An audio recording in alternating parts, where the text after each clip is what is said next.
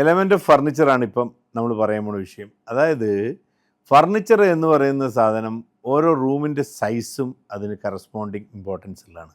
അപ്പോൾ size of the rooms എങ്ങനെയാണോ അതനുസരിച്ചിട്ട് വേണം ഫർണിച്ചറിൻ്റെ ബൾക്ക്നെസ് കൊണ്ടുവരാനായിട്ട്. കഴിയുന്നത്ര വലിപ്പമുള്ള റൂംസ് ആണെങ്കിൽ ബൾക്കി ഫർണിച്ചറുകളൊക്കെ നന്നായിട്ട് പോകുമായിരിക്കും. അല്ലാതെ ഒതുങ്ങിയ ടൈപ്പ് വീടുകളാണെങ്കിൽ വളരെ ലൈറ്റായിട്ടുള്ള ഒരു ഫീലിംഗ് കൊടുക്കുന്ന രീതിയിലുള്ള ഫർണിച്ചറുകളുണ്ട്. ഇപ്പം ഈ ഫർണിച്ചറുകൾക്ക് ഒരുപാട് PVC ഫർണിച്ചറുകൾ തന്നെ സോളിഡ് വുഡ് തോറ്റു പോകുന്ന രീതിയിലൊക്കെ ഇറങ്ങിയിട്ടുണ്ട്. അപ്പോൾ ഈ അടുത്ത കാലത്ത് ഞാൻ കുറേയധികം വീടുകൾ ലൈറ്റ് ഫർണിച്ചറുകൾ ഉപയോഗിച്ചിട്ടുള്ള വീടുകൾ കുറച്ചും കൂടി എന്താ ഗുണമെന്ന് വെച്ചാൽ ചെറിയ വീടുകൾക്കൊക്കെ വലിപ്പം തോന്നിക്കും റൂംസൊക്കെ.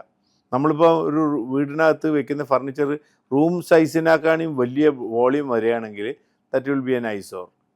അഗെയിൻ നമ്മളെ കണ്ണിനൊരു സുഖമില്ലാത്ത രീതിയിൽ അത് നിറഞ്ഞു നിൽക്കും. വായിലിങ്ങനെ വെച്ച് ഒരു വലിയ സാധനം വെച്ചാലിരിക്കും അതുപോലെ ആയിട്ട് മാറും. അപ്പം അതുകൊണ്ട് അതൊക്കെ ഒരു ഇൻറ്റീരിയർ ഡിസൈനർ, കാരണം ഇന്നത്തെ കാലത്ത് ഏത് വീട് ചെയ്യണമെങ്കിലും ആർക്കിടെക്ട്സും ഇൻറ്റീരിയർ ഡിസൈനേഴ്സും ഈക്വൽ റോൾ ഉണ്ടെന്ന് വേണം പറയാം. കാരണം ആർക്കിടെക്ട്സിന് സ്ട്രക്ചർ ലെവലിൽ കഴിഞ്ഞാലും പിന്നെ ബ്യൂട്ടിഫിക്കേഷൻ ലെവലിൽ ഇൻറ്റീരിയർ ഡിസൈനറാണ് വരുന്നത്. അപ്പോൾ അവിടെയും പ്രഗത്ഭരായിട്ടുള്ള ആർക്കിടെക്ട്സ് തന്നെ ഉണ്ട്. ആർക്കിടെക്ട്സ് ഇൻറ്റീരിയർ ഡിസൈൻ ചെയ്യാൻ പഠിച്ചിട്ടുള്ളവരാണ്.